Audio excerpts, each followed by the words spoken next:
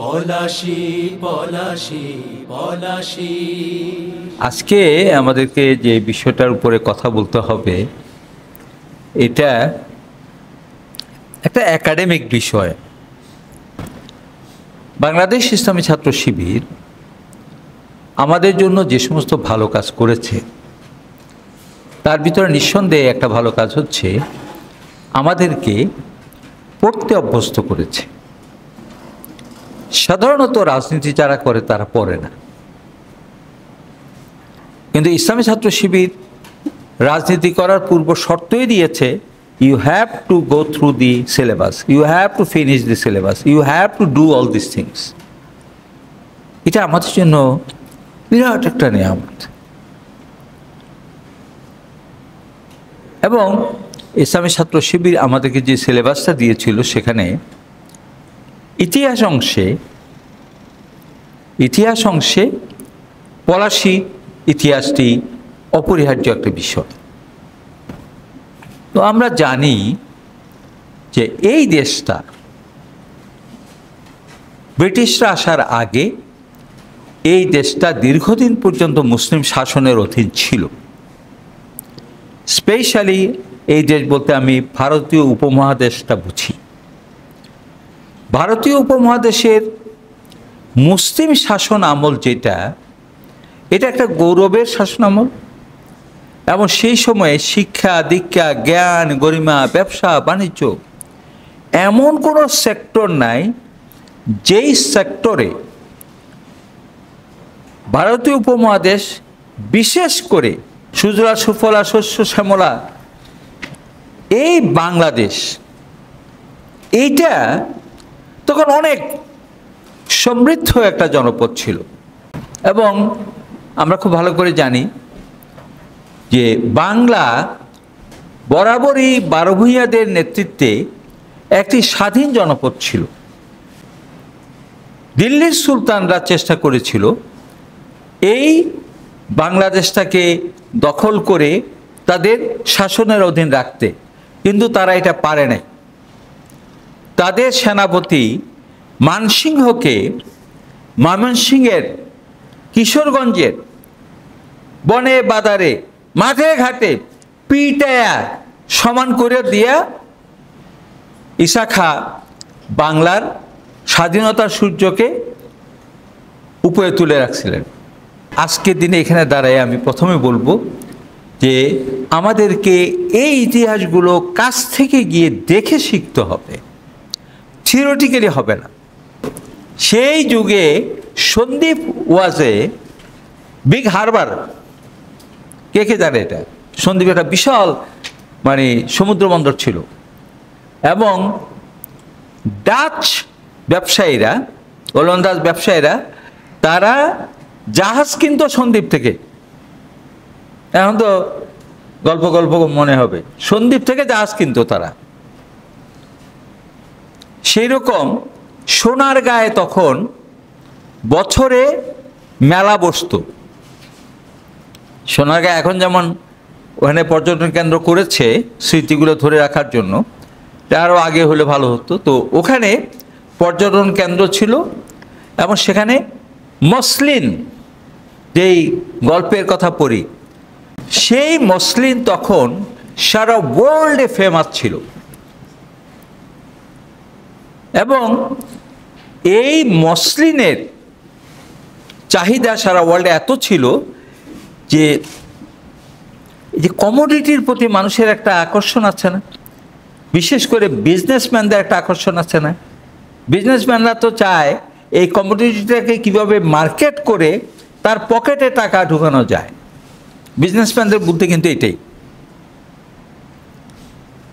এবং পৃথিবীতে ক্যাপিটালিজমের ডেভেলপমেন্টটা এখান থেকে হয়েছে, বিজনেস থেকে হয়েছে।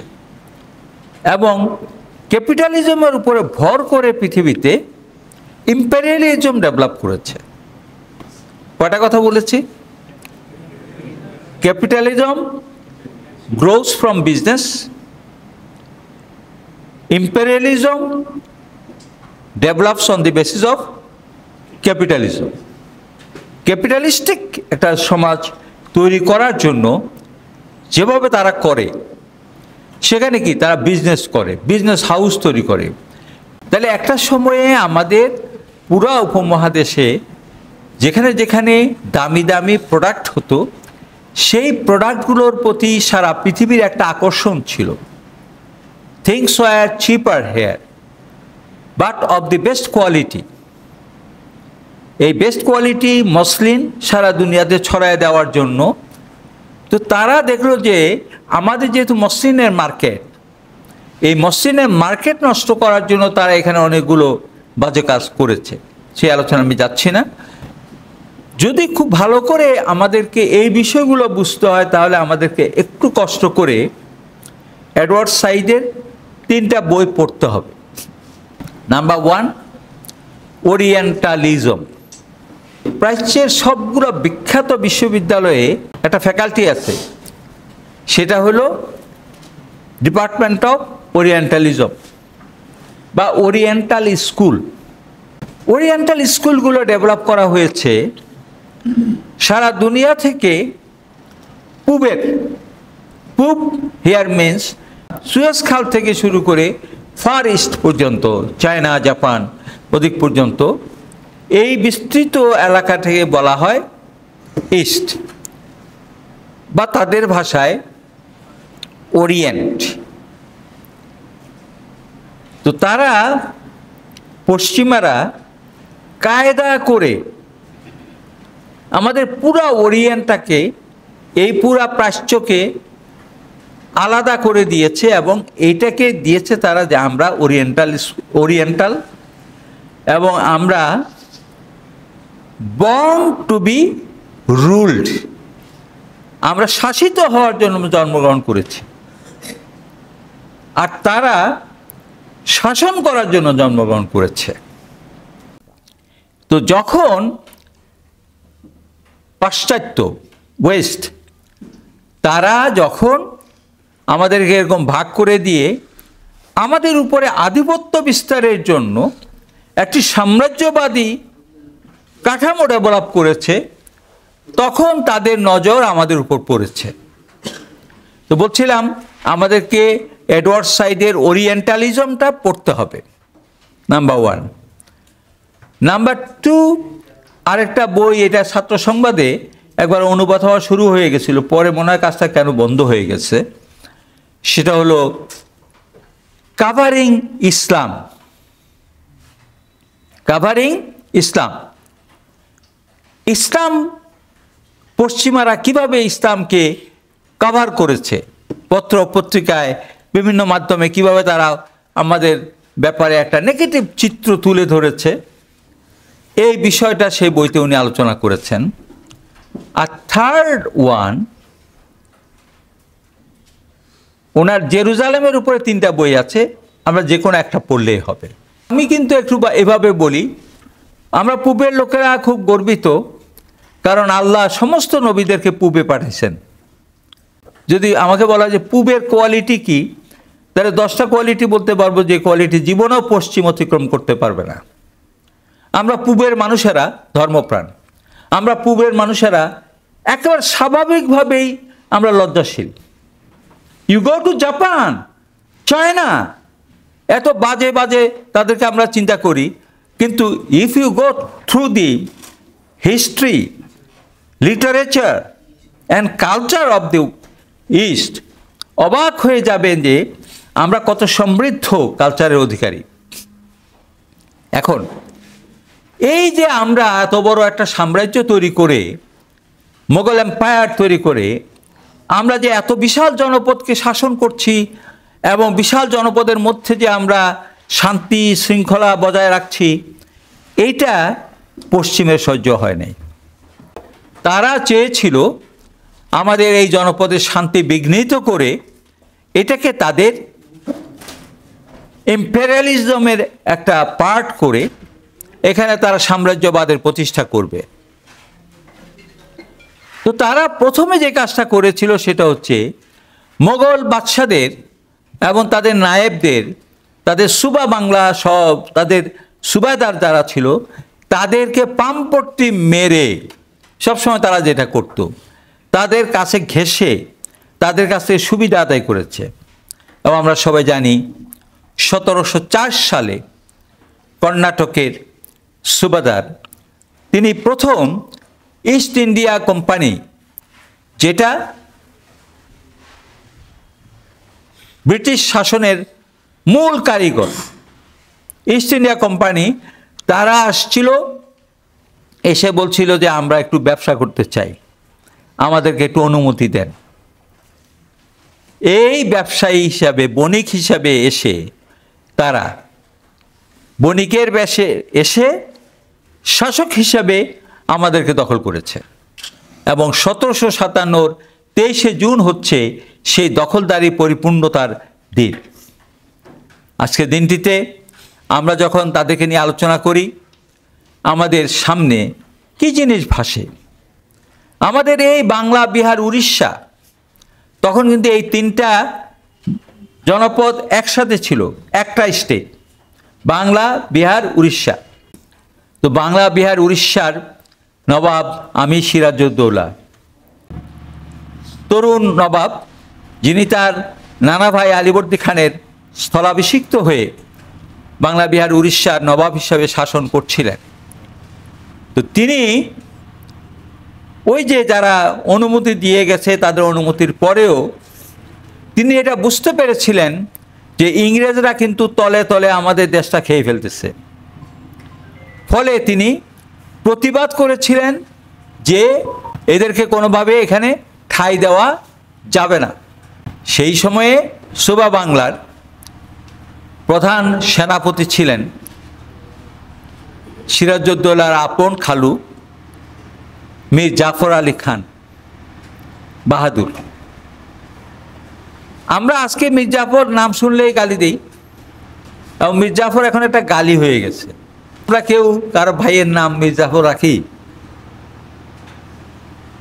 সময়ের ব্যবধানে মীর জাফর একটি গালিতে পরিণত হয়েছে, বিকজ অফ হিজ ট্রেচারি। তিনি যে দ্বিচারিতা করেছেন, তিনি যে রাষ্ট্রের সাথে বিদ্রোহ করেছেন, তিনি যে ষড়যন্ত্রের পার্ট হিসাবে আমাদের এই বাংলা, বিহার, উড়িষ্যার নবাব সিরাজউদ্দৌলাকে পরাজিত করে ইংরেজদেরকে ওয়েলকাম করার জন্য অপেক্ষা করছিলেন।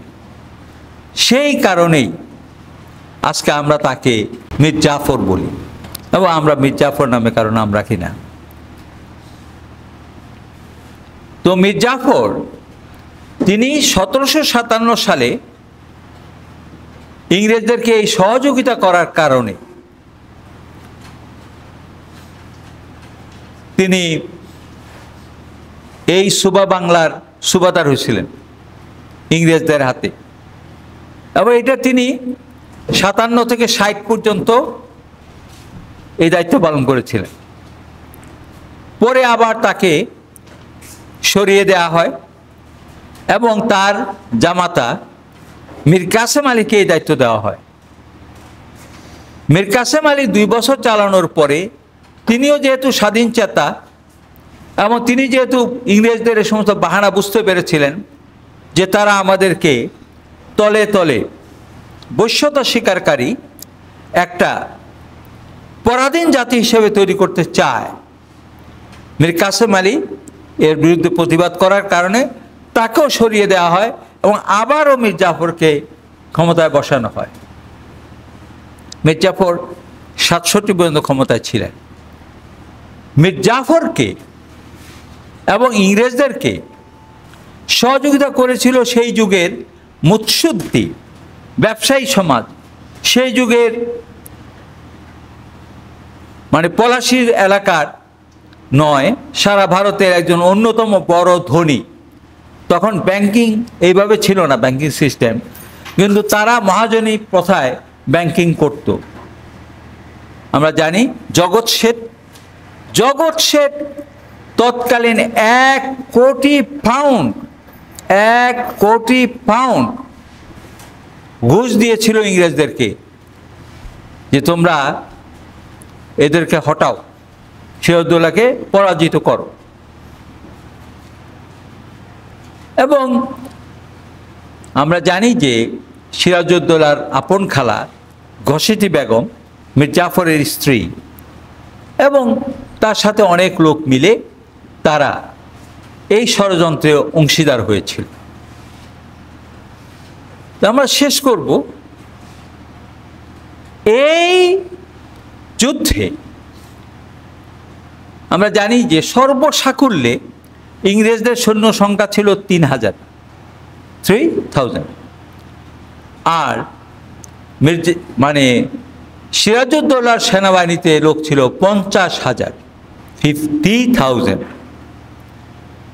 ইংরেজদের 16 জন মানুষ এই যুদ্ধে মারা যায় আর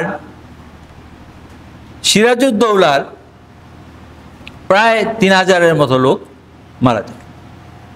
67-এ যখন ইসরায়েলের জন্ম দেয় তখন ইখওয়ানুল মুসলিমিনের লোকেরা মিশর থেকে চেয়েছিল যে তারা গিয়ে ওদেরকে লড়াই করে সরিয়ে দেবে, কিন্তু তৎকালীন শাসক জামাল নাসের তিনি এই কাজটা করতে দেননি। আজকে বাংলাদেশে আমরা যে দেশে আছি, এই দেশে ক্ষমতাসীন দল 18 বছর ধরে আমাদেরকে শাসন শোষণের নাগপাশে বন্দি করেছেন এবং এ দেশটাও মোটামুটি ইস্ট ইন্ডিয়া কোম্পানির হাতে তুলে দেওয়া আছে। আমাদের বড় বড় কোম্পানিগুলো তারা বছরে যদি 96,000 কোটি টাকা যদি তারা বছরে পাচার করেন, তাহলে আর থাকে কি দেশে? আমাদের তো কোনো মূলধন থাকে না। আজকে নব্য, মীর জাফর, নব্য, ঘসেটি বেগম, মিরনেরা তারা আজকে আমাদের দেশকে নিয়ে ষড়যন্ত্র করছে। এই ষড়যন্ত্রের মোকাবেলায় আমাদেরকে 3টা কাজ করতে হবে। নাম্বার 1, আমাদেরকে 1757 ঘটনা থেকে শিক্ষা গ্রহণ করতে হবে। ইংরেজরা 1757-তে আমাদেরকে দখল করছে, কিন্তু 1835 সাল পর্যন্ত তারা আমাদেরকে অবজার্ভ করছে। কি অবজার্ভ করছে? যে আমাদের দিক, গতি, প্রকৃতি কিভাবে কোথায় নিয়ন্ত্রিত হয়। তারপরে তারা 1835 সালে লর্ড ম্যাকলেকে দায়িত্ব দিয়ে একটা শিক্ষা ব্যবস্থা তৈরি করেছে, যেটাকে স্থায়ীভাবে একটা জাতিকে উপনিবেশ হিসাবে দখল করার এবং পরিচালনার সবচেয়ে বড় মেকানিজম হচ্ছে এর এডুকেশন সিস্টেমটাকে শেষ করে দিয়ে রামকৃষ্ণ মিশনীয় শিক্ষা ব্যবস্থা প্রতিষ্ঠার যে ষড়যন্ত্র, যে অপচেষ্টা, এইটার ব্যাপারে যদি আমরা আওয়াজ না তুলি তাহলে কিন্তু আমরা চিরতরে বন্দিত্বের নিগড়ে আবদ্ধ হয়ে যাব। নাম্বার 2, ইসলামী ছাত্র শিবিরের ভাইদেরকে আমাদের এই ইতিহাসটাকে, সঠিক ইতিহাসটাকে ঘরে ঘরে পৌঁছায় দিতে হবে। প্রত্যেকটা মানুষের মাথায় এটা দিতে হবে যে we are not born to be ruled, rather we are born to rule. সেটা উল্টে দিতে হবে।